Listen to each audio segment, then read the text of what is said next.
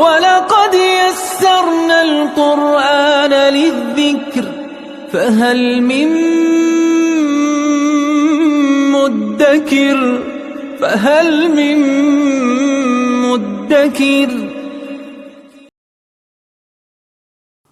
الحمد للہ رب العالمین والصلاة والسلام علی سید الانبیاء والمرسلین وعلی آلہ الطیبین الطاہرین وعلی آلہ وصحبہ ومن تبعہم بإحسان الی یوم الدین. اما بعد، رب اشرح لی صدری ویسر لی امری واحلل عقدۃ من لسانی یفقہوا قولی. صدق اللہ العظیم. سامعین و ناظرین، السلام علیکم ورحمۃ اللہ وبرکاتہ. خلاصۃ القرآن کے حوالے سے آج ہماری یہ 5ویں نشست ہے، اور آج پارہ نمبر 6 سے قرآن مجید کی آیات بینات کی تلاوت تراویح کے اندر کی گئی ہیں. تلاوت کردہ آیات مبارکہ کا مفہوم پیش خدمت ہے، اس دعا کے ساتھ کہ اللہ رب العزت ہمیں قرآن کا صحیح فہم عطا فرمائے اور قرآن کو سمجھنے اور اس پر عمل کرنے کی ہم کو توفیق عطا فرمائے.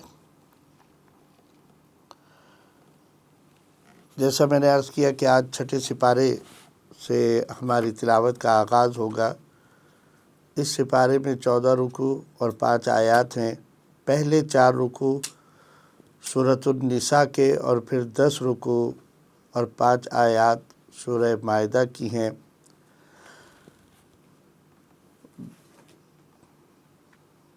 آیت نمبر 148 سے 152 میں اللہ رب العزت نے ارشاد فرمایا کہ اللہ کو یہ پسند نہیں کہ کسی کے عیب اور برائی کی تشہیر کی جائے.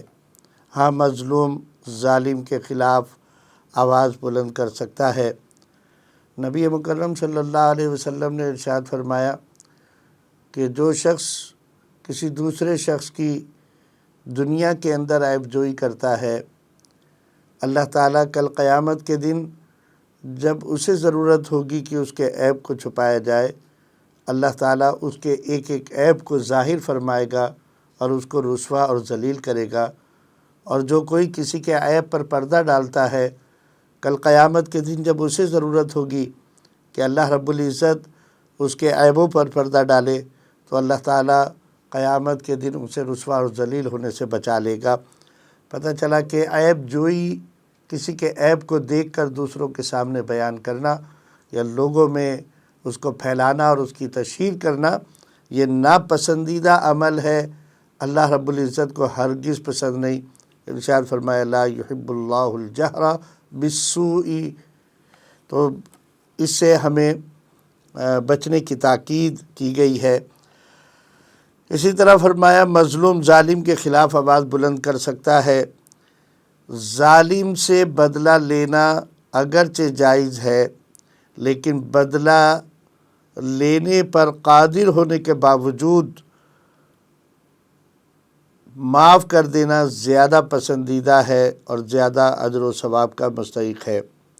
پھر آگے ارشاد فرمایا جو لوگ اللہ کے بعض رسولوں کو مانتے ہیں اور بعض کو نہیں مانتے، وہ ایمان و کفر کے درمیان کوئی تیسری راہ نکالنا چاہتے ہیں، ایسے لوگ پکے کافر ہیں. 2 ہی چیزیں ہو سکتی ہیں، یا تو کوئی مسلمان ہوگا یا کافر ہوگا، اس کے علاوہ کوئی تیسری راہ نہیں ہے. اگر کوئی بعض رسولوں کو مانتا ہے تو اس کا بعض رسولوں کو ماننا اسے کفر سے نہیں بچا سکتا. تمام رسولوں کے اوپر ایمان لانا ضروری ہے، جیسا کہ ہم مسلمان اللہ رب العزت کی طرف سے بھیجے گئے سابقہ تمام انبیاء کے اوپر ایمان لاتے ہیں. لیکن شریعت ہمارے لیے صرف شریعت محمدی صلی اللہ علیہ وسلم ہے، اور آخری رسول کے طور پر ہم اپنے آقا و مولا حضرت احمد مجتبیٰ جناب سیدنا محمد الرسول اللہ صلی اللہ علیہ وآلہ وسلم پر ایمان لاتے ہیں. اور نہ صرف ایمان لاتے ہیں بلکہ آپ قیامت تک آنے والوں کے لیے اللہ کے آخری رسول ہیں. اللہ رب العزت نے ارشاد فرمایا اجر کا مستحق وہ مومن ہے جو اللہ اور اس کے رسولوں پر ایمان رکھتا ہے اور ان کے درمیان کوئی تفریق نہیں کرتا۔ اگلے رکوع کے اندر آیات نمبر 153 سے 162 میں اللہ رب العزت نے ارشاد فرمایا یہود مدینہ نے حضور صلی اللہ علیہ وآلہ وسلم سے کہا تھا کہ ہم آپ پر اس وقت ایمان لائیں گے جب ہمارے نام پر اللہ تعالیٰ سے ایک خط لے کر آئیں۔ اللہ تعالیٰ نے اس کے جواب میں فرمایا کہ آپ صلی اللہ علیہ وسلم اس قسم کے بیجا مطالبات سے دل برداشتہ نہ ہوں۔ ان کے آباء و اجداد نے حضرت موسیٰ علیہ السلام سے اس سے بھی بڑا مطالبہ کیا تھا کہ ہم سے اللہ بالمشافہ ملاقات کرے، اور ان پر اس کی وجہ سے ایک کڑک مسلط کی گئی۔ موسیٰ علیہ السلام کو ہم نے واضح دلائل اور معجزات عطا کیے تھے، مگر اس کے باوجود یہ لوگ کفر کے اندر پڑے اور انہوں نے بچڑے کی پوجا کرنی شروع کر دی۔ اللہ نے ان کے سروں پر کوہ طور معلق کر کے ان سے عہد و پیمان لیا تھا۔ انہیں بیت المقدس میں عز و انکساری کے ساتھ داخلے کا حکم دیا، ہفتے کا دن ان کی عبادت کے لیے مقرر کیا، مگر یہ کسی بات پر بھی پورے نہیں اترے، انبیاء کو ناحق قتل کیا۔ حضرت مریم علیہ السلام پر بہتان لگایا۔ ان کے جرائم کی فہرست بڑی طویل ہے، اس لیے اللہ رب العزت فرماتا ہے ان کی نازیبہ حرکات کی بنا پر ان کے دلوں پر ایسا ٹھپا لگا دیا گیا ہے کہ اب یہ ایمان لا ہی نہیں سکتے۔ معلوم ہوا اس میں دو باتیں قابل غور ہیں۔ پہلی چیز تو یہ کہ کفر اور نافرمانیاں انسان کی دلوں کے اوپر مہر لگانے کا سبب بنتی ہیں، اس لیے نافرمانیوں سے بچنا چاہیے۔ دوسری بات، حضرت بی بی مریم علیہ السلام پر انہوں نے جو بہتان لگایا، اس سے معلوم ہوا کہ پاک دامن عورت پر تہمت لگانا سخت ترین گناہ ہے۔ ایک تو تہمت ویسے ہی بڑا گناہ ہے، اور نبی کریم صلی اللہ علیہ وسلم نے ارشاد فرمایا کہ تہمت لگانا ایسا ہی ہے جیسے اپنی سگی ماں سے زنا کرنا، علامان الحفیظ۔ اور پھر تہمت کے ساتھ کسی پاک دامن کو متہم کرنا، یہ اس سے بھی بڑا گناہ ہے۔ آگے فرمایا انہوں نے عیسیٰ علیہ السلام کے قتل کا دعویٰ کیا، جبکہ یہ عیسیٰ علیہ السلام کو قتل کرنے یا سولی پر چڑھانے میں کامیاب نہیں ہو سکے۔ ہم مسلمان یہ عقیدہ رکھتے ہیں کہ اللہ رب العزت نے حضرت عیسیٰ علیہ السلام کو آسمانوں پر اٹھا لیا، جبکہ نصارہ یہ کہتے ہیں کہ حضرت عیسیٰ علیہ السلام مصلوب ہو گئے۔ ان کی بات اللہ تعالیٰ نے رد فرمائی اور ارشاد فرمایا کہ انہوں نے شبے کے اندر کسی دوسرے کو پھانسی پر لٹکا دیا، اور عیسیٰ علیہ السلام کو تو اللہ تعالیٰ نے آسمانوں پر زندہ اٹھا لیا تھا۔ اللہ بڑا زبردست اور حکمت والا ہے۔ اس کے بعد فرمایا عیسیٰ علیہ السلام پر ان کی موت سے پہلے تمام اہل کتاب کو ضرور ایمان لانا پڑے گا۔ ان یہودیوں کی ظالمانہ حرکتوں کی بنا پر پاکیزہ اور حلال چیزوں کو ان پر حرام کیا گیا۔ منع کرنے کے باوجود سود کھانے، لوگوں کا مال ناجائز طریقہ پر ہڑپ کر جانے کی وجہ سے اللہ نے ان کے لیے دردناک عذاب تیار کر رکھا ہے۔ لیکن ان میں ایسے اعتدال پسند اور علم و فضل والے بھی ہیں جو علم کے تقاضے پورے کرتے ہوئے اللہ پر، اس کے نازل کردہ کلام پر اور آخرت پر ایمان لاتے ہوئے اسلام کو قبول کر کے نماز اور زکوٰۃ کی پابندی کرتے ہیں۔ ایسے لوگوں کو ہم عظیم الشان جزا دیں گے۔ معلوم یہ چلا کہ اللہ نے ارشاد فرمایا لیکن الراسخون فی العلم، راسخ فی العلم وہ عالم ہے کہ علم اس کے دل کے اندر سرایت کر گیا ہو، یہی یہاں ایسے ہی علماء مراد ہیں۔ اس کے بعد پھر آیت نمبر 163 سے 171 کے اندر ارشاد فرمایا اختصار کے ساتھ سلسلہ انبیاء کا تذکرہ کرتے ہوئے کہ ہم نے نوح و ابراہیم، اسماعیل و اسحاق، یعقوب و عیسیٰ، ایوب و یونس و ہارون و سلیمان علیہ السلام کو نبی بنایا۔ ان سب کو بشیر و نذیر بنا کر ہم نے بھیجا تھا تاکہ لوگوں کے پاس کوئی بہانہ باقی نہ رہ جائے۔ آپ صلی اللہ علیہ وسلم کو بھی انہی انبیاء علیہم السلام کی طرح نبی برحق بنایا گیا ہے۔ اگر آپ کی نبوت کی گواہی یہودی دینے کے لیے تیار نہیں ہے تو اس سے کوئی فرق نہیں پڑتا، اللہ تعالیٰ اور فرشتوں کی گواہی کافی و شافی ہے۔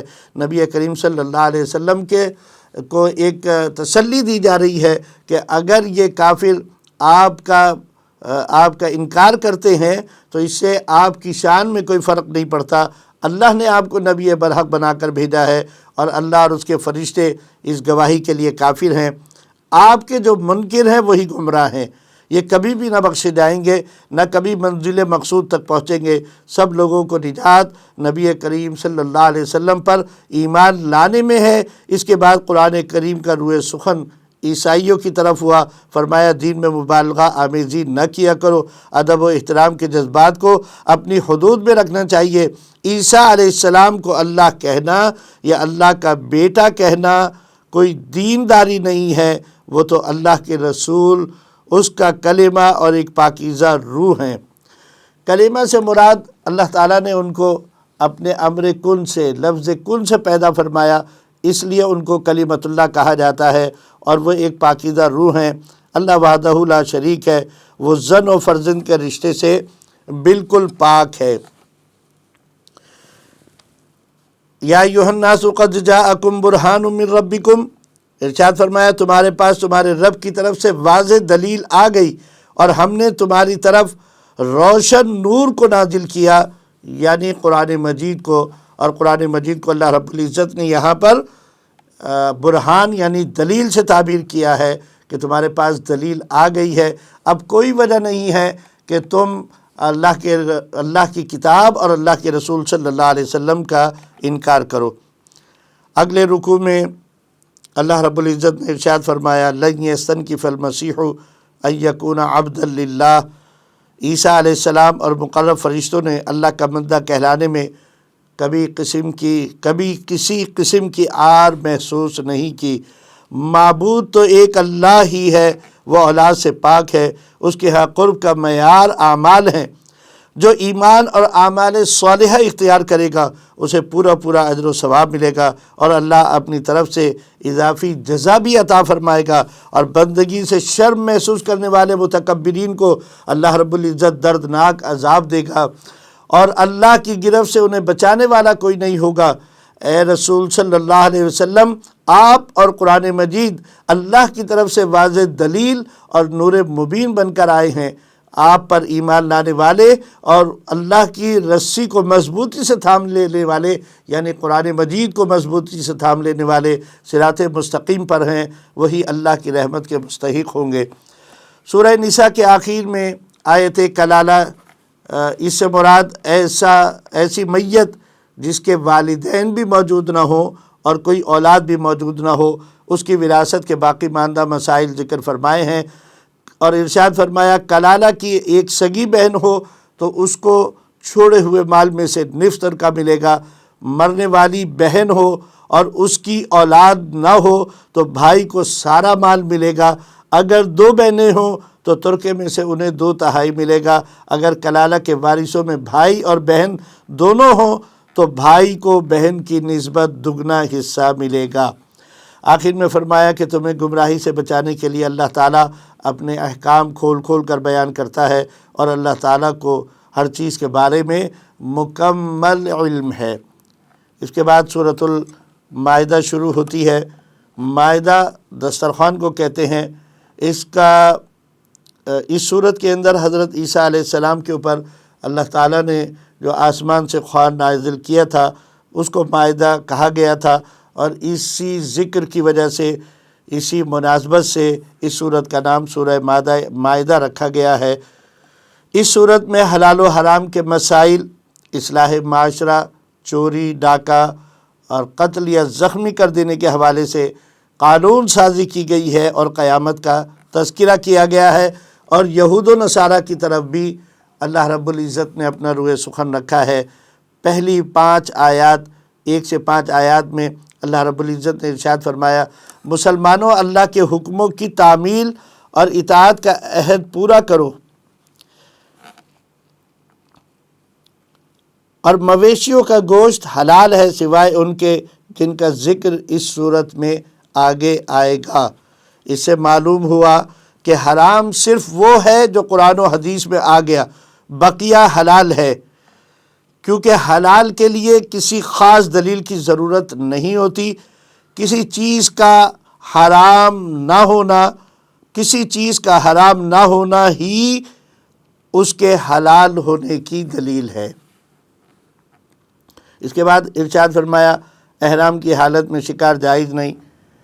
خدا پرستی کی جو مقدس نشانیاں ٹھہرا دی گئی ہیں اور جو رسوم و آداب طے ہو چکے ہیں ان کی بے حرمتی نہ کرو۔ یا ایھا الذین آمنوا لا تحلوا شعائر اللہ، ان نشانیوں میں جو اللہ نے جن کو نشانیاں قرار دیا اور کہا کہ ان کی بے حرمتی نہ کرو، ان نشانیوں میں خانہ کعبہ، قرآن مجید، مساجد، آذان، بزرگوں کے مزارات، یہ سب شامل ہیں، کیونکہ جس چیز کو اللہ کے مقبول بندوں سے نسبت حاصل ہو جائے وہ بھی درجات کے فرق سے شعائر اللہ بن جاتی ہیں۔ اس لیے اللہ رب العزت نے ارشاد فرمایا کہ ان کی بے حرمتی نہ کرو، ان کے آداب طے ہو چکے ہیں۔ حرمت کے مہینوں میں حاجیوں کی آمد و رفت رہتی ہے، ان میں جنگ نہ کرو اور حاجیوں کے جان و مال کو نقصان نہ پہنچاؤ۔ نیک کاموں میں ایک دوسرے سے تعاون کرو، تعاونوا علی البر والتقوی ولا تعاونوا علی الاثم والعدوان، ایک دوسرے کے ساتھ نیکی کے کاموں میں تعاون کرو اور برے کاموں میں ایک دوسرے کا ساتھ نہ دیا کرو۔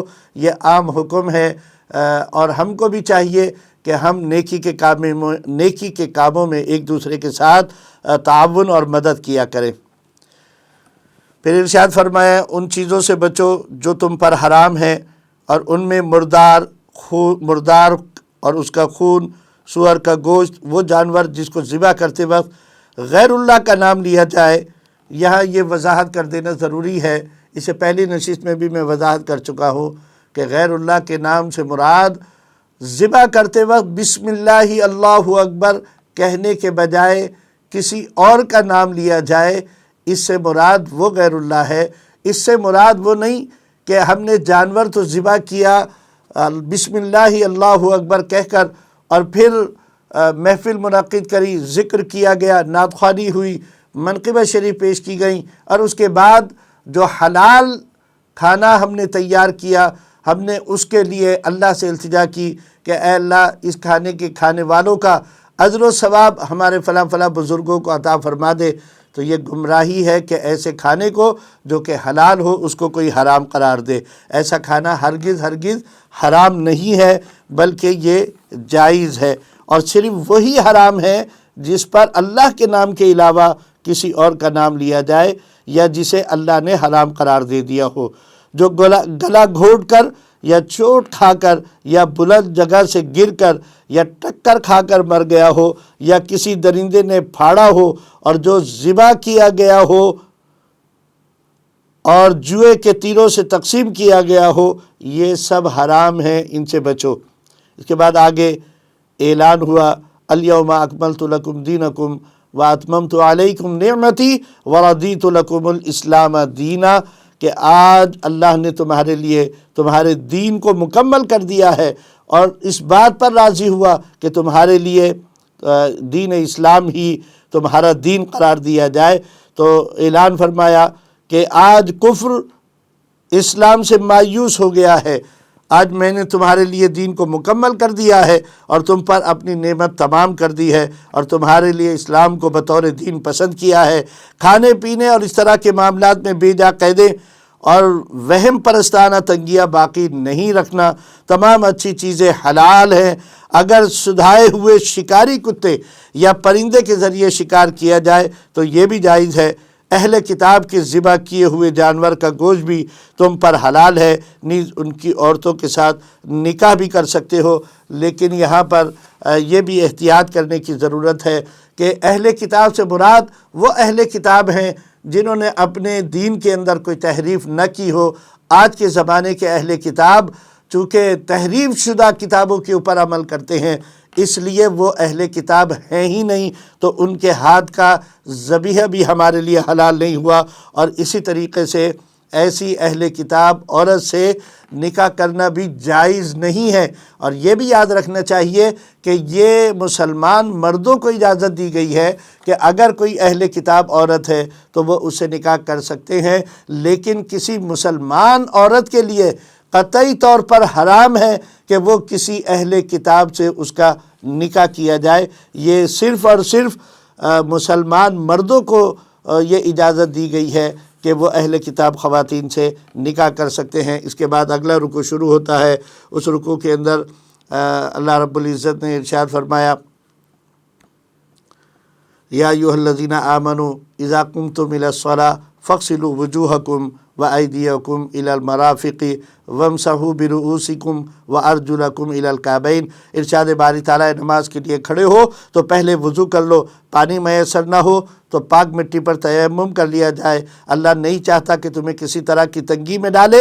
وضو اور تیمم سے مقصود یہ ہے کہ تم میں صفائی اور پاکیزگی پیدا ہو اور تم اللہ کے شکر گزار بندے بن جاؤ۔ تم نے اللہ سے جو عہد کیا ہے اسے یاد رکھو۔ اس کے بعد آگے اگلی آیت کے اندر فرمایا، تم پر نعمت الہی پوری کر دی گئی ہے۔ نعمت الہی سے مراد یہاں بیت عقبہ یا بیت رضوان میں شامل اصحاب ہیں، اور بیت عقبہ یا بیت رضوان کو اللہ نے اپنی نعمت سے تعبیر کیا ہے۔ ان بیتوں کے اندر بیت عقبہ ہو یا بیت رضوان، جو اصحاب رسول صلی اللہ علیہ وسلم موجود تھے، وہ سب کے سب اللہ تعالیٰ کے نیک اور برگزیدہ بندے تھے۔ ارشاد فرمایا کہ اس عہد کے بعد اب تمہارا فرض ہے کہ اللہ کا شکر ادا کرنے سے غفلت نہ برتو اور استقامت کے ساتھ اللہ تعالیٰ کے حکموں پر عمل کرتے رہو، مضبوطی کے ساتھ حق کے لیے کھڑے ہونے والے اور حق و انصاف کے لیے شہادت دینے والے ہو جاؤ۔ اپنا ہو یا پرایا، موافق ہو یا مخالف، دوست ہو یا دشمن، جس کے ساتھ معاملہ کرو انصاف کے ساتھ معاملہ کرو اور انصاف کی بات کہو۔ یہاں یہ ارشاد فرمایا گیا کہ کسی سے عداوت و دشمنی تمہیں عدل و انصاف سے روک نہ سکے۔ عدل و انصاف کے تقاضوں کو پورا کرنا یہاں پر اس کی وضاحت اور اس کے اوپر زور دیا جا رہا ہے۔ اور جیسا میں نے پہلی نشستوں میں کہا کہ عدل و انصاف جس معاشرے میں نہ ہو وہاں ہر قسم کی برائیاں جڑ پکڑ لیتی ہیں۔ اور یہاں عدل و انصاف کا معاملہ یہ ہے کہ امیر کے لیے علیحدہ انصاف کے تقاضے ہیں، غریب کے لیے علیحدہ ہیں، حاکم کے لیے علیحدہ ہیں، محکوم کے لیے علیحدہ ہیں۔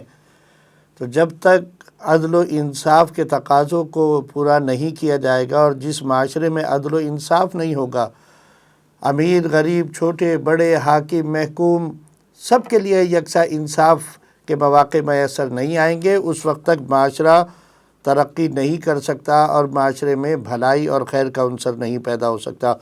تو آج بھی ہمارے معاشرے کے اندر سب سے زیادہ ضرورت جس بات کی ہے، سب سے پہلے ضرورت جس بات کی ہے، وہ یہ ہے کہ ہمارے معاشرے میں عدل و انصاف کے تقاضے پورے کیے جائیں اور انصاف پر مبنی معاشرہ قائم کیا جائے۔ جس دن ہم نے اس طرف قدم بڑھا لیا، انشاءاللہ العزیز ہمارا ملک بھی ترقی کی طرف گامزن ہو جائے گا، ورنہ پھر جیسا اور لوگوں کے ساتھ ہوا ہے، پوری قومیں اور معاشرے عدل و انصاف کے تقاضے پورے نہ کرنے پر تباہ و برباد ہو گئے ہیں، وہی حال اللہ نہ کرے کہ ہمارا ہو۔ اس کے بعد اللہ رب العزت نے ارشاد فرمایا، اللہ کا وعدہ مغفرت ان لوگوں کے لیے ہے جو ایمان اور عمل صالح پر قائم رہیں گے۔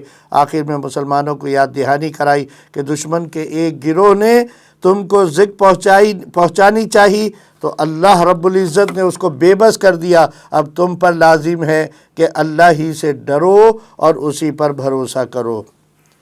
اس کے بعد آیت نمبر 12 سے 19 تک ہے، اور اگلا رکوع ہے، اس میں اہل کتاب کا تذکرہ ہے۔ یہودیوں کو یاد دلایا گیا کہ ان کے آباء و اجداد کو عہد و میثاق کا پابند بنا کر ان کے 12 قبیلوں پر نگران مقرر کیے گئے تھے، لیکن اور اس کے ساتھ انہیں نماز قائم کرنے، زکوٰۃ ادا کرنے، رسولوں پر ایمان لانے اور ان کی تعظیم کرنے اور اللہ کو قرض حسنہ دینے کا پابند کیا گیا تھا۔ اور اللہ کو قرض حسنہ سے مراد یہ نہیں ہے کہ نعوذ باللہ اللہ رب العزت جس طرح یہودی کہتے تھے کہ اللہ رب العزت نعوذ باللہ محتاج ہے اور ہم غنی ہیں، اللہ نے اس کی تردید وہیں کر دی تھی کہ واللہ الغنی وانتم الفقراء، اللہ غنی ہے اور تم محتاج ہو۔ یہاں قرض حسنہ سے مراد یہ ہے کہ بھلائی اور خیر کے کاموں میں اللہ کے دیے ہوئے مال کو اللہ کو خرچ کرو، اللہ کے لیے خرچ کرو، اللہ تعالیٰ تمہیں اس کو نفع کے ساتھ واپس لوٹائے گا، اور اللہ رب العزت اس کو ایک قرض سے تعبیر کرتا ہے، قرض حسنہ سے تعبیر کرتا ہے۔ جس طرح قرض لینے والے کے لیے لازم ہوتا ہے کہ وہ قرض کو ادا کرے، اسی طرح اللہ رب العزت بھی اس کے دیے ہوئے اور اللہ کے راستے میں خرچ کیے ہوئے مال کو جس طرح قرض دار قرض واپس کرتا ہے، ایسے ہی اللہ تعالیٰ اسے بھی نفع کے ساتھ واپس لوٹائے گا۔ اور پھر آگے اللہ نے فرمایا مگر یہود نے عہد شکنی کی، جس کی وجہ سے وہ سنگ دل ہو گئے اور اللہ کے کلام میں رد و بدل اور خیانت کے جرم میں مبتلا ہو گئے۔ عیسائیوں کو بھی عہد و پیمان کا پابند بنایا گیا، مگر وہ بھی عہد شکنی کے مرتکب ہوئے، جس کی نحوست اور برے اثرات نے ان کے اندر بغض و عداوت کی خطرناک بیماری پیدا کر دی۔ پتہ یہ چلا کہ اگر اللہ سے کیے ہوئے وعدے، یعنی جو اللہ نے بطور مسلمان ہمارے اوپر جو فرائض عائد کیے ہیں، اگر ہم ان سے روگردانی کریں گے تو اس کے برے اثرات ہمارے اندر یہ پیدا ہوں گے کہ ہمارے دلوں کے اندر بغض و عداوت جیسی خطرناک باطنی بیماریاں پیدا ہو جائیں گی۔ اہل کتاب سے خطاب ہے کہ تمہارے پاس ہم نے اپنا رسول بھیج دیا ہے جو تمہاری خیانتوں پر تمہیں مطلع کرتا ہے۔ بے شک تمہارے پاس اللہ کی طرف سے ایک نور آیا اور روشن کتاب آئی۔ یہاں نور سے مراد نبی کریم صلی اللہ علیہ وآلہ وسلم کی ذات ہے۔ قد جاءکم من اللہ نور، تحقیق آیا تمہارے پاس اللہ کی طرف سے ایک نور۔ اس نور سے مراد اللہ کے نبی صلی اللہ علیہ وسلم کی ذات ہے۔ وکتاب مبین، واو عاطفہ بیان کرنے سے اللہ نے دونوں جملوں کو علیحدہ کر دیا۔ دو جملوں کو ملانے کے لیے درمیان میں واو عطف آتا ہے۔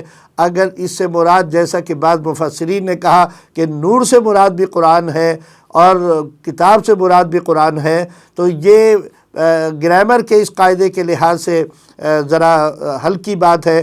اصل بات یہ ہے کہ قد جاءکم من اللہ نور، تحقیق تمہارے پاس آیا اللہ کا نور، و کتاب مبین، اور کتاب مبین آئی۔ کتاب مبین سے مراد قرآن مجید ہے، اور یہ بات اس لیے بھی زیادہ قرین قاعدہ ہے کہ پہلے اللہ کے نبی صلی اللہ علیہ وسلم تشریف لائے اور پھر اللہ نے ان کے ذریعے سے ہمیں کتاب مبین عطا فرمائی، تو یہاں ان دونوں باتوں کا جمع ہونا زیادہ مناسب اور زیادہ صحیح معلوم دیتا ہے۔ تو اللہ رب العزت نے فرمایا اس نور اور کتاب مبین کی اتباع سے، یعنی اللہ اور اس کے رسول صلی اللہ علیہ وسلم کے حکم کی پیروی سے تم سلامتی کے راستے پا سکتے ہو اور کفر کی ظلمتوں سے نکل کر ایمان کی روشنی میں صراط مستقیم پر گامزن ہو سکتے ہو۔ عیسائیوں کے الوہیت مسیح کے عقیدے کی مدلل تردید کی۔ اصل میں عیسائیوں کے اندر بھی کئی ایک گروہ ہو گئے تھے، ان میں سے ایک گروہ ایسا تھا جو حضرت عیسیٰ علیہ السلام کو الوہیت کے عقیدے کے ساتھ دیکھتا تھا۔ اللہ رب العزت نے دلیلوں کے ساتھ ان کی اس بات کی تردید کی اور ان کو یہ فرمایا کہ جسے موت آئے وہ خدا نہیں ہوتا، اور حضرت عیسیٰ علیہ السلام کے لیے موت کو مانتے ہو تو پھر جو مر جائے وہ خدا نہیں ہو سکتا۔ ماں کے شکم سے پیدا ہوئے اور جو پیدا ہو وہ خدا نہیں ہو سکتا۔ حضرت عیسیٰ علیہ السلام ماں کے شکم سے پیدا ہوئے ہیں اور خدا وہ ہو نہیں سکتا جس کے لیے پیدائش کا ہم عقیدہ رکھیں۔ اور زمین و آسمان کی سب چیزیں اللہ کی ملکیت ہیں، اسی نے پیدا کی ہیں۔ وَلِلَّهِ مُلْكُ السَّمَاوَاتِ وَالْأَرْضِ وَمَا بَيْنَهُمَا، جو کچھ زمین و آسمان میں ہے اور اس کے درمیان ہے، یخلق ما یشاء، وہ سب اللہ کی تخلیق ہے۔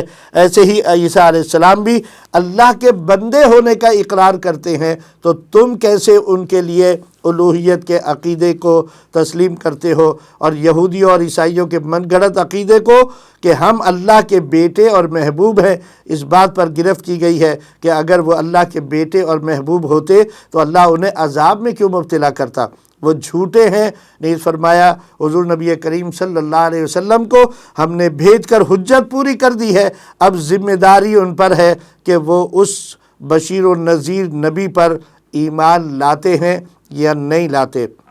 آیات نمبر 20 سے 26 میں حضرت موسیٰ علیہ السلام کا تذکرہ ہے کہ انہوں نے اپنی قوم کو جہاد کے لیے تیار کرتے ہوئے فرمایا کہ اللہ تعالیٰ نے تمہیں مذہبی اور سیاسی قیادت عطا فرمائی ہے، تمہیں اس منصب پر فائز کیا ہے، تمہارے خاندان میں انبیاء و رسل اور بادشاہ و ملوک پیدا ہوئے ہیں، تمہیں بیت المقدس کو عمالقہ کے قبضے سے آزاد کرانے کے لیے پیش رفت کرنی ہوگی، اللہ نے تمہیں فتح و کامرانی سے ہمکنار کرنے کا وعدہ کر رکھا ہے، مگر وہ لوگ اپنی بزدلی اور طبعی خباثت کے پیش نظر جہاد سے پہلو تہی کرنے لگے اور عمالقہ کی طاقت و قوت سے مرعوب ہو کر حضرت موسیٰ علیہ السلام سے کہنے لگے کہ اے موسیٰ، آپ اور آپ کا رب جا کر جہاد کریں، بیت المقدس کو آزاد کرائیں، ہم تو اپنے گھروں میں ہی بیٹھے رہیں گے۔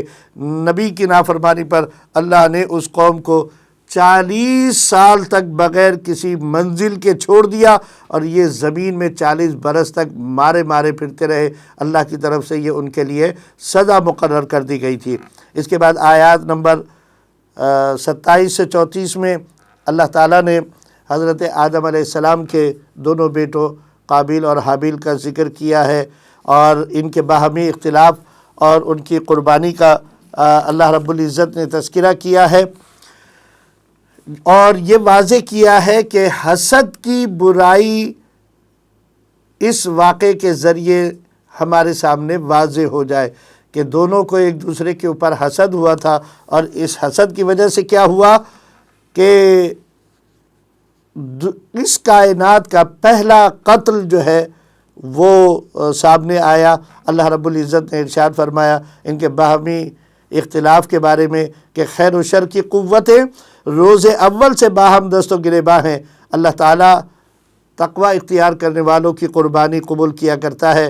قابیل دنیائے انسانیت کا پہلا قاتل ہے، اب قیامت تک جتنے قتل ہوتے رہیں گے اس سب کی سزا اور اس کا گناہ قابیل کے سر جائے گا، جس نے اپنی ضد اور عناد کی خاطر اپنے بھائی حابیل کو قتل کر دیا تھا۔ دنیا میں اب جتنے بھی یہ باضابطہ بیان کر دیا گیا کہ جو کوئی جس برائی کا ارتکاب کر کے معاشرے میں اس کے پھیلاؤ کا سبب بنے گا، اس کے بعد جتنے لوگ اس برائی میں مبتلا ہوں گے وہ سب اس برائی کے پھیلانے والے کے سر جائے گا۔ اسی طرح جو کسی نیک کام کے پھیلانے کا سبب بنے گا، اللہ کے خزانوں میں کوئی کمی نہیں، اللہ تعالیٰ اس کو نیکی کرنے والے کی طرح نیکی پھیلانے والوں کے جیسا اجر عطا فرمائے گا۔ یہ ایک ضابطہ ہے جو اللہ تعالیٰ نے بیان کر دیا، اور پھر یہ بھی ارشاد فرما دیا کہ انسانی جان اللہ کی نگاہ میں کس قدر اہمیت کی حامل ہے۔ ایک انسان کے قتل کو اور اس کے گناہ کو پوری انسانیت کے قتل کے برابر قرار دیا، اور کسی انسان کی جان کو بچا لینا پوری انسانیت کو بچانے کے مترادف قرار دیا گیا۔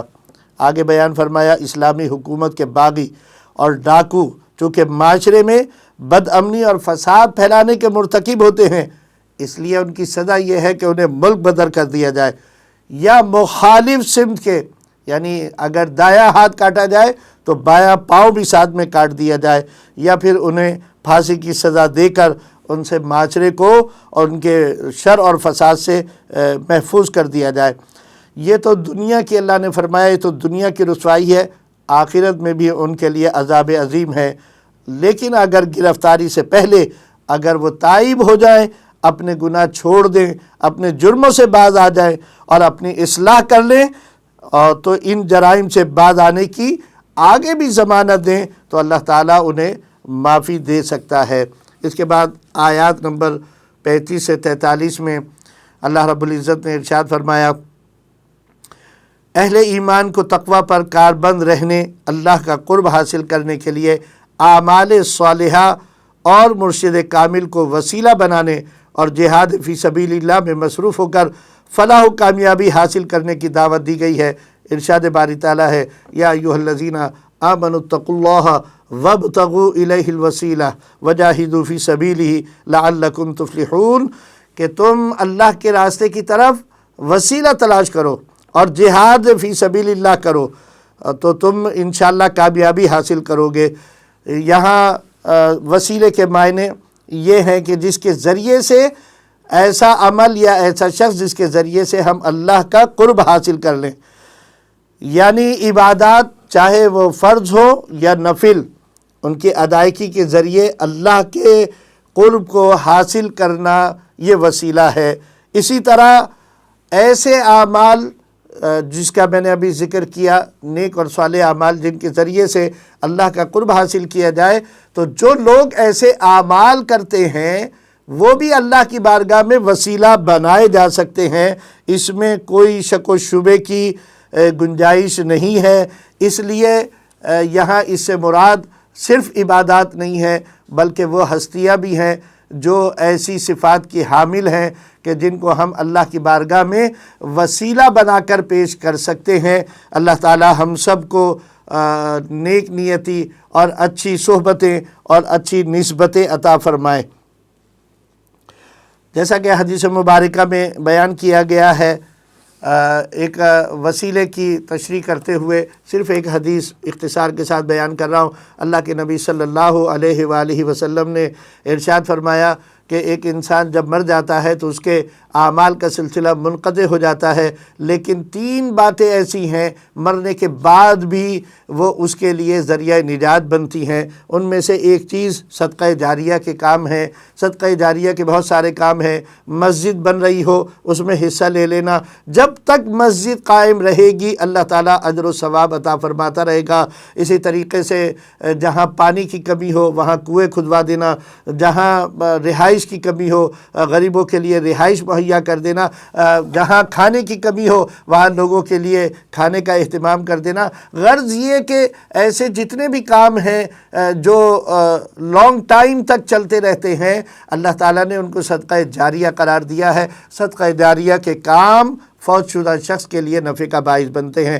دوسری بات آپ نے فرمایا ایسا علم چھوڑ جائے جس سے لوگوں کو نفع حاصل ہو، ایسے علم کی بنیاد پر بھی اللہ تعالیٰ اس علم کو چھوڑنے والے کے اوپر بھی اپنی رحمت فرماتا ہے، اور وہ جب تک اس سے لوگ اس علم کے ذریعے نفع حاصل کرتے رہیں گے اللہ تعالیٰ فوت شدہ شخص کو اس کے اجر عطا فرماتا رہے گا۔ اور اسی طرح آخری بات اس میں فرمایا نیک اور صالح اولاد۔ اب دیکھیں اولاد، نیک اور صالح اولاد جو ہے وہ عمل نیک اور صالح اولاد کر رہی ہے، لیکن اس کا نفع کسے مل رہا ہے؟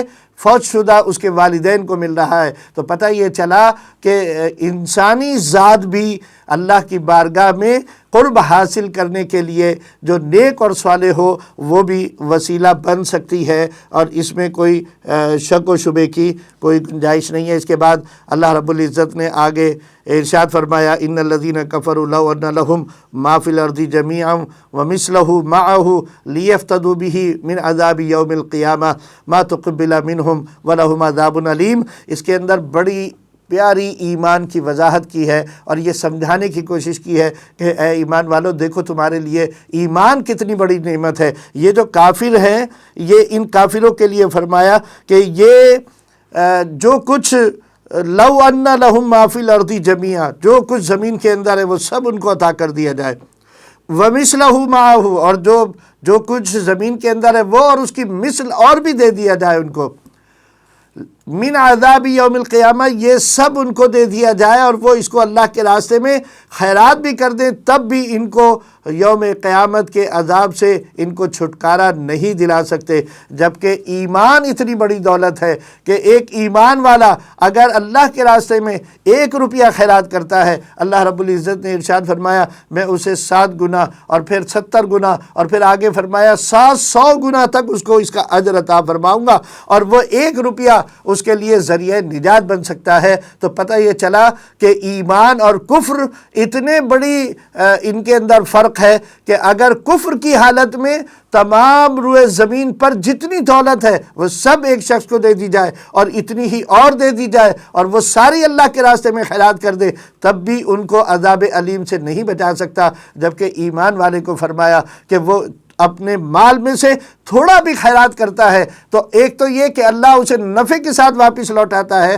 اور دوسرا یہ کہ اس کو اس کا ذریعہ نجات بنا دیتا ہے، اور یہ صرف ایمان کی دولت کی وجہ سے ہے۔ تو اللہ نے ایمان کو بڑی دولت قرار دیا ہے۔ اللہ تعالی ہم سب کو ایمان کامل نصیب فرمائے اور یقین محکم عطا فرمائے۔ اس کے بعد آگے معاشرتی حوالے سے کچھ مسائل کا ذکر کرتے ہوئے کہا چور کے ہاتھ کاٹنے کا حکم دے کر چوری کے سد باب کا بہترین انتظام کیا۔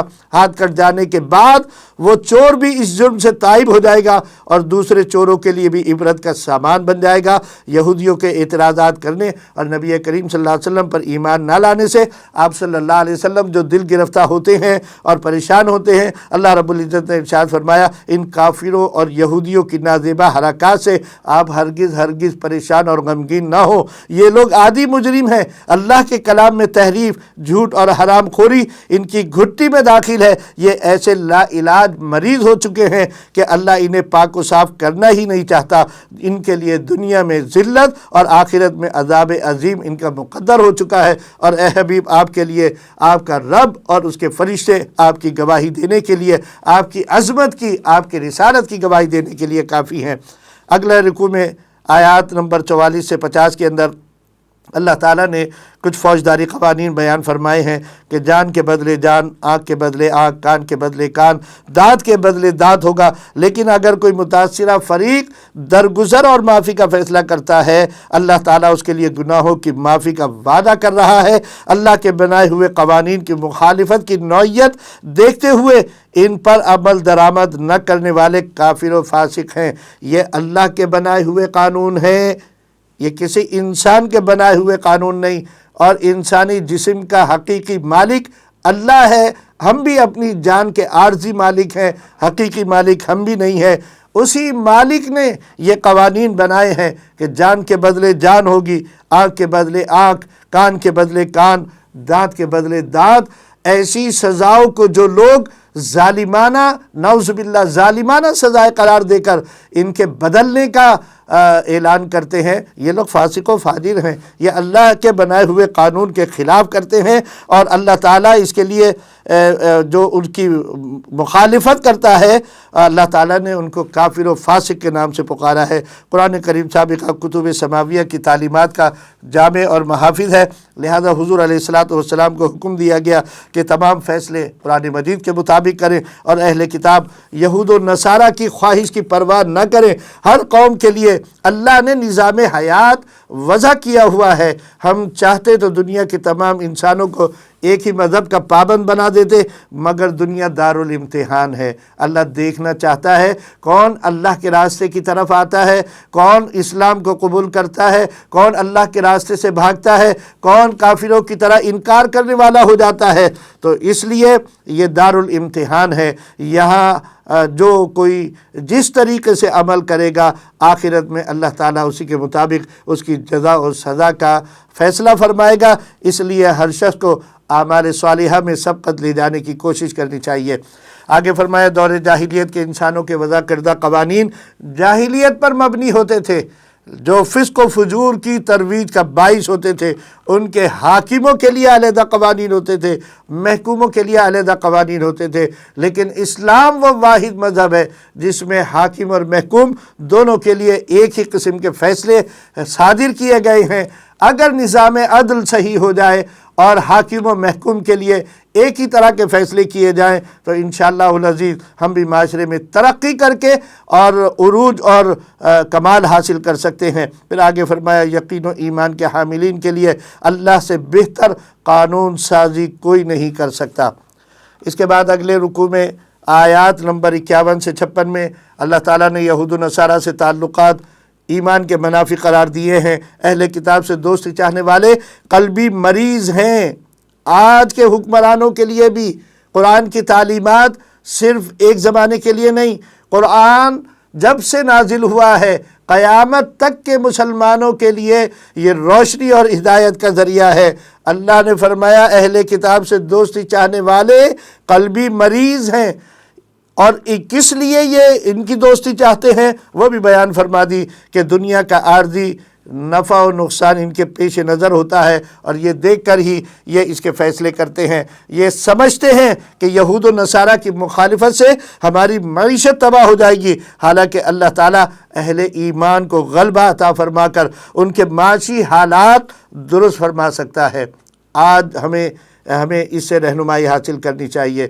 ہماری معیشت بھی آج تباہی کا شکار ہے، آج ہماری معیشت بھی سنبھلنے میں نہیں آ رہی، لیکن ہم کیا کریں؟ ہمارے حکمران ایسے ہیں جو کتاب اللہ سے روشنی حاصل کرنے کے بجائے وہ باطل قوت ہو یہود و نصارہ کی جہاں پر غلبہ ہے ان کو دیکھ رہے ہیں اور ان سے مدد طلب کر رہے ہیں، حالانکہ ہم مسلمان ہیں، ہمیں اللہ سے مدد طلب کرنی چاہیے، اللہ کے اوپر اپنے ایمان کو مضبوط بنانا چاہیے۔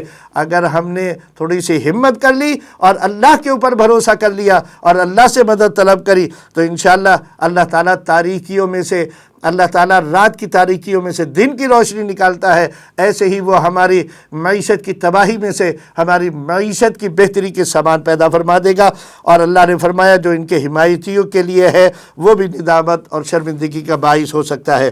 آگے فرمایا اگر کوئی اسلامی نظام حیات کو چھوڑ کر مرتد ہو جائے تو اس سے اسلام کی حقانیت کے اوپر کوئی اثر نہیں پڑتا۔ اللہ ایسے لوگوں کو منظر سے ہٹا کر کسی دوسری قوم سے اپنے دین کا کام لے سکتا ہے۔ وہ لوگ آپس میں محبت کرنے والے، اپنے مسلمان بھائیوں کے لیے نرم گوشہ رکھنے والے، جہاد فی سبیل اللہ میں سر دھڑ کی بازی لگانے والے اور کسی کی تان و تشنیع کو خاطر میں لانے والے نہیں ہوں گے۔ پہلے دشمنان اسلام سے دوستی اور محبت سے روکا گیا، اب بتایا جا رہا ہے کہ مسلمان کس سے محبت و پیار کریں، اپنا ناصر و مددگار کس کو بنائے۔ فرمایا تمہارا دوست اور مددگار اللہ تعالیٰ، اس کے رسول صلی اللہ علیہ وسلم، اور وہ ایمان والے ہیں جو نہایت خشوع و خضوع سے نمازیں ادا کرتے ہیں اور زکوٰۃ ادا کرتے ہیں۔ اس کے بعد اگلے رکوع میں آیات نمبر 57 سے 66 میں منافقین کی بے حمیت کا اللہ تعالیٰ نے اظہار کیا اور فرمایا منافقین کی بے حمیتی پر ملامت ہے کہ یہ یہود کو اپنا دوست بناتے ہیں، جو اپنی مجلسوں میں اسلام کا مذاق اڑاتے ہیں، انہیں نماز کے لیے بلاؤ تو اس کی ہنسی اڑاتے ہیں۔ آج ہمیں بھی دیکھنا چاہیے، اللہ رب العزت کا ارشاد ہے وَإِذَا نَادَيْتُمْ إِلَى الصَّلَاةِ اتَّخَذُوهَا هُزُوًا وَلَعِبًا۔ افسوس کہ جو کام یہودی اور نصارہ اور منافقین اور مشرکین کرتے تھے وہی کام آج مسلمان کہلانے والے مسلمان جو ہیں، جو پکے مسلمان ہیں وہ تو نہیں کرتے، لیکن جو نام کے مسلمان ہیں وہ کر رہے ہیں۔ ان کے سامنے آپ نماز، روزہ، حج، زکوٰۃ، فرشتے، جنت، حوریں، دوزخ، اس کے عذاب، قرآنی آیات، مسجد، مدرسے، الغرض ان کے سامنے آپ ایسی کسی بھی چیز کا ذکر کریں، اسلامی شعار کا ذکر کریں، داڑھی رکھ لیں، نمازیں ادا کرنا شروع کر دیں، یہ یہود و نصارہ کی طرح اس کا مذاق بناتے ہیں اور مذاق اڑاتے ہیں۔ اور اللہ نے ان کے لیے جو سزا مقرر کی ہے وہ ارشاد فرمایا ان کو آخرت میں پتہ چلے گا کہ اللہ کے نزدیک سب سے زیادہ برا انجام کس کا ہے۔ یہ ایسے دھوکے باز ہیں کہ زبان سے اسلام کا اقرار کرتے ہیں، جو بات میں نے ابھی بیان کری، زبان سے اسلام کا اقرار کرنے والے، دل سے نہ ماننے والے اور مسلمانوں کے شعائر کا مذاق اڑانے والے۔ اللہ نے فرمایا یہ اوپری طور پر اسلام کا اقرار کرتے ہیں، زبان سے اقرار باللسان ہے صرف، وتصدیق بالقلب سے یہ منور نہیں ہے، اور ان کے دلوں کے اندر تو کفر بھرا ہے۔ ان کے اکثر افراد گناہ اور سرکشی میں تیز ہیں اور سود کی کمائی کھاتے ہیں۔ ان کے علماء بے حس اور بزدل ہو گئے ہیں کہ انہیں برے کاموں سے نہیں روکتے۔ پھر اللہ نے فرمایا کہ اللہ کو کہتے ہیں کہ اللہ کے ہاتھ بندھے ہوئے ہیں۔ وقالت الیہود ید اللہ مغلولہ غلت ایدیہم ولعنوا بما قالوا۔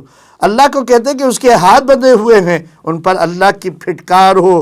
کیا یہ نہیں جانتے اللہ کے دونوں ہاتھ فراق ہیں؟ اللہ وسیع وسعت والا ہے، وہ جسے چاہتا ہے اپنے بندوں میں سے چن لیتا ہے، اور وہ جیسے چاہتا ہے اپنے بندوں کے اوپر خرچ کرتا ہے۔ یہ لوگ حسد کے جوش میں جنگ کی آگ بھڑکاتے رہیں گے، لیکن اللہ تعالیٰ ان کی کسی سازش کو کامیاب نہیں ہونے دے گا۔ انہوں نے اسلام کو اپنے لیے خطرہ سمجھ لیا ہے۔ آج بھی ہمیں یہ سمجھنے کی ضرورت ہے۔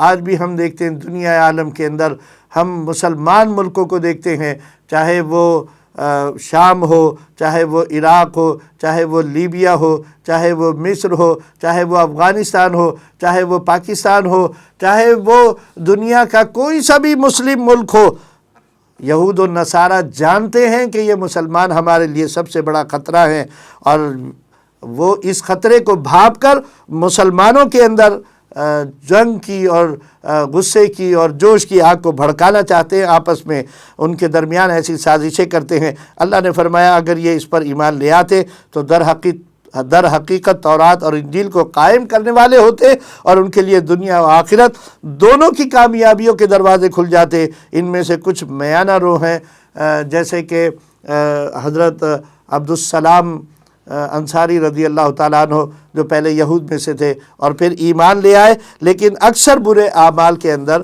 گرفتار ہیں۔ اس کے بعد اگلے رکوع کے اندر آیت نمبر 67 سے 77 میں نبی کریم صلی اللہ علیہ وسلم کو تبلیغ رسالت کے فریضے کی ادائیگی میں اپنی تمام صلاحیتیں صرف کرنے کا حکم ہے، اور دشمنان اسلام سے آپ کو مکمل تحفظ فراہم کرنے کی ضمانت دی گئی ہے۔ اس کے بعد نصارہ کے عقیدہ تثلیث پر رد اور مریم و عیسیٰ علیہ السلام کے رب ہونے کی الوہیت کا بطلان اللہ نے واضح کر کے بتلایا ہے کہ عیسیٰ کیسے خدا ہو سکتے ہیں۔ وہ تو اپنی والدہ مریم کے ہاں پیدا ہوئے، اور وہ دونوں کھانے پینے کے محتاج ہیں۔ عیسیٰ علیہ السلام صرف اللہ کے رسول ہیں، باقی رسولوں کی طرح۔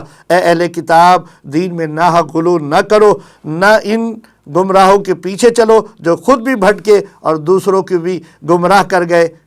اس کے بعد اگلے رکوع کے اندر اللہ رب العزت نے ارشاد فرمایا، جو آیات نمبر 78 سے 82 کے اندر بنی اسرائیل پر، اس رکوع کے اندر بنی اسرائیل پر حضرت عیسیٰ اور داؤد علیہ السلام کی زبانی لعنت کی گئی ہے، کیونکہ وہ نافرمان اور حد سے بڑھنے والے ہو گئے تھے۔ ان میں دو گروہ ہو گئے تھے۔ ایک ایلا کے رہنے والے جو تھے، ان لوگوں کو اللہ رب العزت نے ہفتے کے دن شکار سے منع کیا تھا، لیکن انہوں نے اس کے لیے ہیلے بہانے کیے، نالیاں بنا کر حوض بنا لیے، شکاری مچھلیاں اس کے اندر ہفتے کے دن جمع کرتے، اتوار کے دن ان کو استعمال کرتے۔ یہ نافرمانی تھی، اور اللہ رب العزت نے اس نافرمانی کی سزا یہ دی کہ حضرت داؤد علیہ السلام نے ان کو پہلے روکا، جب نہ مانے تو ان کے لیے اللہ کی بارگاہ میں دعا کی، جس کی وجہ سے اللہ تعالیٰ نے ان کی شکلوں کو بندروں اور خنزیروں کی شکل کے اندر تبدیل کر دیا۔ اسی طریقے سے نصارہ عیسائی، جو کہ حضرت عیسیٰ علیہ السلام جن کے اوپر اللہ رب العزت نے بڑا فضل کیا تھا حضرت عیسیٰ علیہ السلام کے ذریعے سے، کہ جس کا قرآن میں ذکر ہے، اور یہ سورہ مائدہ ہے۔ اللہ نے ان کے لیے آسمان سے خوان نازل کیے تھے، مائدہ نازل کی تھی، لیکن اللہ نے ایک شرط یہ رکھی تھی کہ دیکھو تم پیٹ بھر کر کھا سکتے ہو، لیکن اس کو بچا کر نہ رکھنا، کل کے لیے نہ رکھنا، ہمارا وعدہ ہے ہم تمہیں پھر دیں گے۔ لیکن انہوں نے اللہ کے وعدے کو جھوٹا سمجھا، اور انہوں نے اس میں سے بچا کر رکھنا شروع کر دیا۔ حضرت عیسیٰ علیہ السلام نے پہلے ان کو روکا، جب نہ مانے تو انہوں نے بھی اللہ کی بارگاہ میں دعا کی، اور ان کے گروہ والے بھی بندروں کی شکل اور خنزیر کی شکل والے ہو گئے۔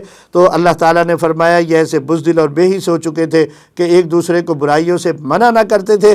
آج بھی ان کی دوستی مشرکوں اور خدا کے منکروں کے ساتھ ہے۔ اگر ان کا اللہ پر اور نبی کریم صلی اللہ علیہ وسلم کی سچائی پر ایمان ہوتا تو کافروں سے دوستی نہ کرتے۔ تم دیکھو کہ یہودی اور مشرک مسلمانوں کے سب سے زیادہ جانی دشمن ہیں۔ یہ آج قرآن کی حقانیت پوری دنیا پر واضح ہو چکی ہے۔ وہی کام جو کافر کریں، مسلمانوں کے اوپر ظلم ڈھائیں، دنیا خاموش رہتی ہے، لیکن کسی جگہ کے اوپر ایک واحد مسلمان اگر کسی کافر کے اوپر کہ اس کی گستاخی کی وجہ سے یا اس کی تان و تشنی کی وجہ سے اگر اس کے اوپر ہاتھ اٹھاتا ہے تو پوری کفر کی دنیا اس کے خلاف کھڑی ہو جاتی ہے۔ ہمارے سامنے یہ ساری نشانیاں موجود ہیں۔ اللہ نے فرما دیا ہے، اللہ کا فرمانا برحق ہے، اللہ کا کلام سب سے سچا ہے۔ ارشاد فرمایا یہودی اور مشرک مسلمانوں کے سب سے زیادہ جانی دشمن ہیں۔ تم نصارہ میں بعض ایسے لوگ بھی پاؤ گے جو عالم اور تاریخ الدنیا ہیں اور اپنی حق پسندی کی وجہ سے ان ایمان والوں سے محبت کرتے ہیں، لیکن وہ لوگ کم ہیں۔ یہاں چھٹا سپارہ ختم ہوتا ہے اور پارہ نمبر 7 کا آغاز ہوتا ہے۔ یہ 7واں پارہ 19 رکوع پر مشتمل ہے۔ اس پارے میں سورہ مائدہ کے 6 رکوع ہیں اور پھر سورہ انعام آخر تک اس کے 13 رکوع اس سپارے پر مشتمل ہیں۔ 7ویں سپارے کی ابتدا میں اللہ رب العزت نے ارشاد فرمایا کہ ایک بڑی پیاری اللہ رب العزت نے کیفیت کو بیان فرمایا ہے۔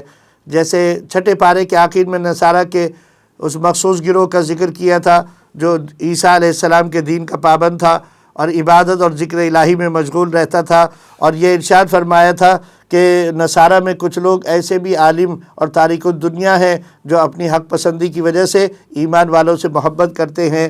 تو ایسے ہی لوگوں کے لیے فرمایا کہ جب حق و ہدایت کی روشنی حضور پرنور صلی اللہ علیہ وسلم میں دیکھی تو فوراً ایمان لے آئے۔ اب یہ ارشاد فرما رہے ہیں ابتدا میں عیسائیت کے منصف مزاج اور معتدل طبقے کی تعریف کی گئی ہے، اور واقعہ یہ پیش آیا کہ قریش مکہ کے مظالم سے تنگ آ کر نبی کریم صلی اللہ علیہ وسلم نے اپنے صحابہ کو حبشہ کی طرف ہجرت کی اجازت عطا فرمائی تھی، اور جب یہ لوگ حبشہ کی طرف ہجرت کر کے چلے گئے تو وہاں عیسائیوں کی بادشاہت تھی جو ملک حبشہ کے اوپر تھی، اور نجاشی جو تھا وہاں کا بادشاہ تھا۔ یہ مشرکین ان کا تعاقب کرتے ہوئے نجاشی کے دربار کے اندر گئے اور وہاں پر کہا کہ ان کو بلائیں اور ان کو ہمارے حوالے کر دیں، اس لیے کہ یہ دنیا کے اندر فساد پھیلاتے ہیں۔ شاہ حبشہ نجاشی نے مسلمانوں کو طلب کر کے ان سے سوالات کیے، اور مسلمانوں کے جو نمائندے تھے اس وقت اس جماعت کے سربراہ حضرت جعفر طیار رضی اللہ تعالیٰ عنہ تھے۔ انہوں نے جواب میں قرآن کریم کی سورہ مریم پڑھ کر سنائی۔ نجاشی اور اس کے ساتھیوں پر قرآن کریم سن کر رقت طاری ہو گئی، ان کی آنکھیں آنسوؤں سے ڈبڈبانے لگی، اور کلام الہی سے متاثر ہو کر انہوں نے اسلام قبول کر لیا اور مسلمانوں کو سرکاری مہمان کے طور پر اپنے ملک میں ٹھہرانے کا اعلان کر دیا، اور مشرکین کا وفد جو وہاں سے ان کو نکالنے کے لیے گیا تھا اللہ رب العزت نے ان کو ناکام و نامراد کر دیا۔ اور اس سپارے کے شروع کے اندر ارشاد ہوا وَإِذَا سَمِعُوا مَا أُنزِلَ إِلَى الرَّسُولِ تَرَىٰ أَعْيُنَهُمْ تَفِيضُ مِنَ الدَّمْعِ، ایسا کیوں نہیں ہوتا کہ جب یہ سنتے ہیں جو کچھ اے رسول کریم صلی اللہ علیہ وسلم آپ پر نازل کیا گیا، تَرَىٰ أَعْيُنَهُمْ، تو ان کی آنکھیں بھیگ جایا کرتی ہیں۔ یہ نجاشی کی اس کیفیت کو قرآن مجید نے بیان کیا ہے۔ اس کے بعد اگلے رکوع میں آیات 87 سے 93 کے درمیان اللہ رب العزت نے ارشاد فرمایا، اس کے بعد حلال و حرام کے حوالے سے اس میں گفتگو ہے۔ اہل ایمان کو حلال چیزوں کو اپنے اوپر حرام نہیں کرنا چاہیے، اسلام کی حلال اور حرام کی ہوئی چیزوں کو سمجھا جانا چاہیے اور غلو سے کام نہ لیا جانا چاہیے۔ پھر انتہا پسندی کی مذمت کی گئی ہے۔ اس کے بعد کی آیات کے اندر کفارہ یمین یعنی قسم کی اقسام اور قسم کے کفارے کے بارے میں اللہ رب العزت نے ارشاد فرمایا۔ اس میں کفارے کی صورتیں بیان کی گئی ہیں کہ اگر کسی نے اللہ کی قسم کھا کر اور پھر اس قسم کو توڑ دیا تو اب اس کے اوپر لازم ہے کہ وہ اس کا کفارہ دے، اور کفارہ یہ ہے کہ 10 مسکینوں کو کھانا کھلائے۔ اگر 10 مسکینوں کو کھانا نہیں کھلا سکتا تو 10 مسکینوں کو کپڑے پہنائے، یا تیسری صورت ایک غلام آزاد کرے۔ اگر ان 3 صورتوں پر عمل نہیں کر سکتا تو پھر 3 دن لگاتار اس کو روزے رکھنے چاہیے۔ اگلی آیات کے اندر شراب اور جوئے کی حرمت کا حتمی فیصلہ دیتے ہوئے بتایا گیا ہے کہ شیطان اس کے ذریعے سے اسلامی معاشرے کے افراد میں نفرتیں پیدا کرنا چاہتا ہے، لہذا اس کے جواز کی کوئی گنجائش نہیں۔ مسلمانوں کو ام الخبائث یعنی شراب کے استعمال سے باز آ جانا چاہیے۔ حدیث مبارکہ میں آتا ہے کہ حضرت عمر رضی اللہ تعالیٰ عنہ نے جب آیت مبارکہ سنی اور ارشاد باری تعالیٰ سنا کہ فَهَلْ أَنْتُمْ مُنْتَهُونَ، کیا تم باز نہیں آؤ گے، تو آپ کے اوپر ایک ایسی کیفیت طاری ہوئی کہ آپ نے یہ جملہ سنتے ہی بے اختیار پکارنا شروع کر دیا کہ انتہینا انتہینا، اے اللہ ہم باز آ گئے ہیں، اے اللہ ہم باز آ گئے ہیں۔ اس کے بعد اگلے رکوع کے اندر حالت احرام میں شکار کی ممانعت کو بیان کیا اور اس کی جزا کو بیان کیا۔ محرم کو پانی کے شکار کی اجازت دی گئی ہے، یعنی کعبۃ اللہ کی مرکزیت اور بقائے انسانیت کی علامت ہونے کا بیان کیا گیا ہے۔ خبیث اور طیب میں امتیاز برتنے کی تلقین ہے، اور ارشاد فرمایا یاد رکھو ناپاک چیزیں پاک چیزوں کے برابر نہیں ہو سکتی، خواہ ان کی زیادتی تمہیں اچھی لگے یا کسی چیز کی قلت و کثرت اچھائی کا، اور یہ ارشاد فرمایا کہ کسی چیز کی قلت و کثرت اچھائی کا معیار نہیں ہے۔ حلال و حرام، مطیع و عاصی، بھلا اور برا کبھی یہ برابر نہیں ہو سکتے۔ اللہ تعالیٰ نے اس کو واضح طور پر بیان فرما دیا۔ اگلے رکوع کے اندر آیات نمبر 101 سے 108 میں ارشاد فرمایا اے مومنو بلا ضرورت سوالات نہ کرو، جو کچھ ضروری تھا بتلا دیا گیا ہے، جو کچھ چھوڑ دیا گیا ہے گویا اللہ پاک نے اس سے درگزر فرمایا ہے۔ اب بات یہ ہے کہ ہمارے یہاں بھی یہ حال ہو گیا، ہم عموماً دیکھتے ہیں کہ جب کوئی اسلامی تہوار کا موقع آتا ہے تو اس وقت سوالات کی بوچھاڑ ہوتی ہے۔ ہم دیکھتے ہیں حج کے اوپر لوگ جاتے ہیں، ان کی تربیت کی جاتی ہے، ان کو واضح طور پر بتا دیا جاتا ہے، اسلامی تعلیم سے آگاہ کر دیا جاتا ہے، وہ اسی کے اندر سوال در سوال در سوال در سوال کرتے ہیں۔ اللہ تعالیٰ نے موسیٰ علیہ السلام کی قوم کو بھی منع کیا تھا، اور نبی کریم صلی اللہ علیہ وسلم کے بیٹھنے والے صحابہ کو بھی یہ ارشاد فرمایا تھا بس جتنا بتا دیا گیا اس پر عمل کر لو، اسی میں تمہاری بہتری ہے۔ تم جتنا پوچھتے جاؤ گے اتنی پابندیاں تم پر عائد ہوتی چلی جائیں گی، تو بلا ضرورت سوال کرنے سے منع کیا گیا ہے۔ اور جو کچھ اللہ تعالیٰ نے اپنے حبیب علیہ السلام کے ذریعے اور قرآن کے ذریعے ہمیں بتا دیا اسی کو ہمیں مان لینا چاہیے، اسی میں ہماری بہتری ہے۔ مشرکین عرب بتوں کے نام پر جانور چھوڑ دیتے تھے اور انہیں مقدس سمجھتے تھے، ان پر سواری کرنا، ان کا گوشت کھانا حرام سمجھتے تھے۔ فرمایا گیا یہ سب مشرکانہ باتیں ہیں، کوئی شخص حلال کو حرام کرنے کا اختیار نہیں رکھتا، جو جانور حلال ہے وہ حلال ہے، اس کو کوئی حرام نہیں کر سکتا۔ اللہ اور اس کے رسول صلی اللہ علیہ وسلم کی بات ماننے کے بجائے ان کا یہ کہنا کہاں کی دانشمندی ہے کہ اپنے باپ دادے کے طریقے پر ہم عمل کریں گے۔ تو اللہ نے فرمایا وہ کون سے ہدایت یافتہ لوگ تھے؟ اے مسلمانوں تم اپنی جان کی فکر کرو، تم ہدایت پر قائم رہو گے تو یہ گمراہ تمہارا کچھ نہ بگاڑ سکیں گے۔ پھر اگلی آیت کے اندر فرمایا وصیت کے بارے میں 2 معتبر گواہ ہونے چاہیے، اگر مسلمان نہ ملیں تو دوسرے بھی ہو سکتے ہیں۔ گواہ قسم اٹھا کر گواہی دیں کہ ہم کسی لالچ سے جھوٹی گواہی نہیں دیں گے، یعنی ان سے پہلے حلف لیا جائے، اور پھر اختلاف کی صورت میں فریقین اپنے اپنے گواہ پیش کریں، جو انکار کرے اس سے قسم لی جائے گی۔ اس کے بعد آیات نمبر 109 سے 115 میں اللہ رب العزت نے اپنے محاسبے کی یاد دلائی ہے جو قیامت کے دن کیا جائے گا، اور پھر انبیاء کرام علیہ السلام اور ان کی امتیں اللہ رب العزت کی بارگاہ میں پیش ہوں گی۔ ارشاد باری تعالیٰ قیامت کے دن بے لاگ محاسبہ کیا جائے گا۔ اس ہولناک دن میں انبیاء علیہ السلام بھی جواب دہی کے لیے اللہ کے سامنے پیش ہوں گے۔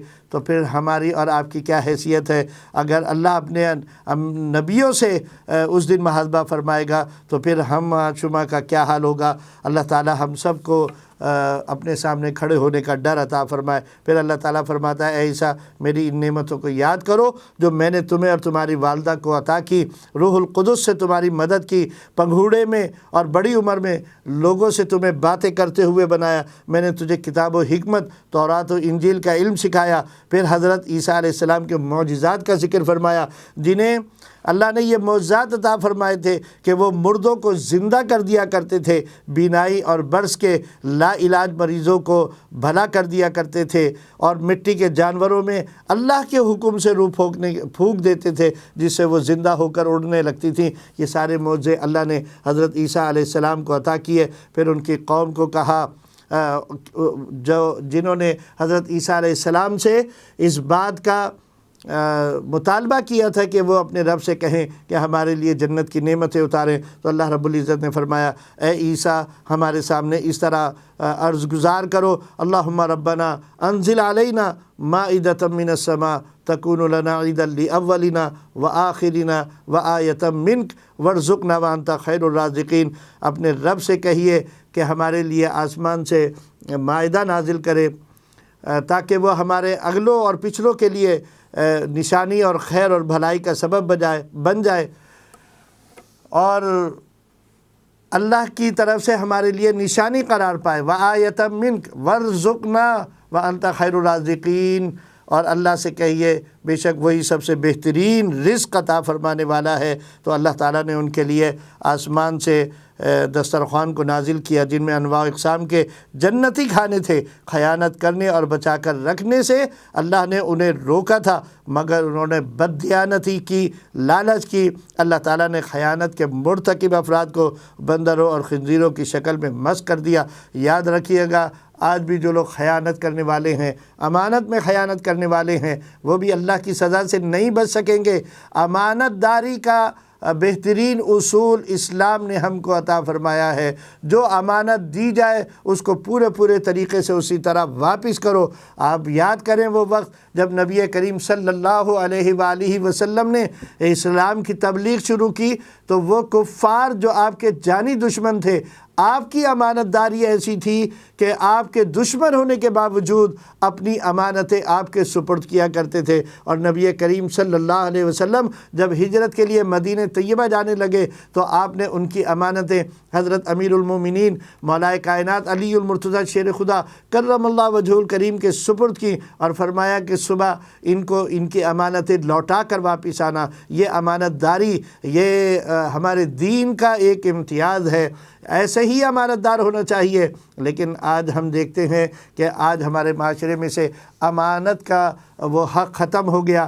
امانت کا یہ حق ہے، مثال کے طور پر ایک بات بیان کر رہا ہوں، آپ اس سے خود اندازہ لگا لیجئے گا کہ امانت داری کہا کس کو جاتا ہے۔ اگر فرض کریں کسی نے میرے پاس کچھ روپے امانت کے طور پر رکھوائے، تو اب میرا کام یہ ہے کہ میں انہی روپوں کو، انہی کاغذ کے ٹکڑوں کو اس کی امانت کے طور پر رکھ کر جب وہ مانگے اسی کو واپس کروں۔ یہ نہ کروں کہ میری ضرورت تھی میں نے اسے استعمال کر لیا، دوسرے نوٹ تبدیل کر دینا بھی امانت داری کے اصول کے خلاف ہے۔ تو اب آپ باقی سمجھ لیں کہ امانت کا اسلام کے اندر کتنا بڑا درجہ اور مقام ہے۔